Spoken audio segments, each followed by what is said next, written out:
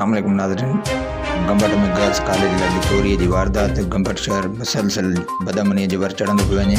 उन जे हवाले सां असां सां लाइन ते मौजूदु आहे गमबट मां पाकिस्तान न्यूज़ टीवी जो रिपोर्टर امتياز سولنگي। जी امتياز, कहिड़ा तफ़सील आहिनि?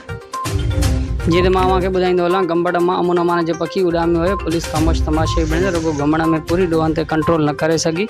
गमबट में गर्ल्स ڪاليج लॻे हिकु वरी चोरी जी वारदात गमबट शहर مسلسل بدامنيء जे वर चढ़ंदो पियो वञे।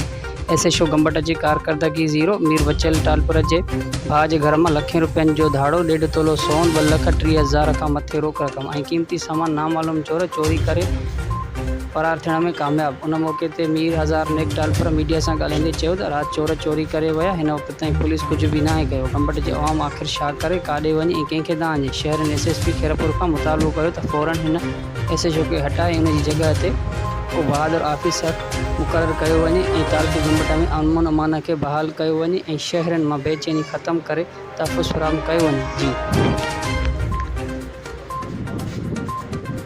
महिरबानी इम्तियाज़ सोलंगी तफ़सील खां आगाह करण जे लाइ।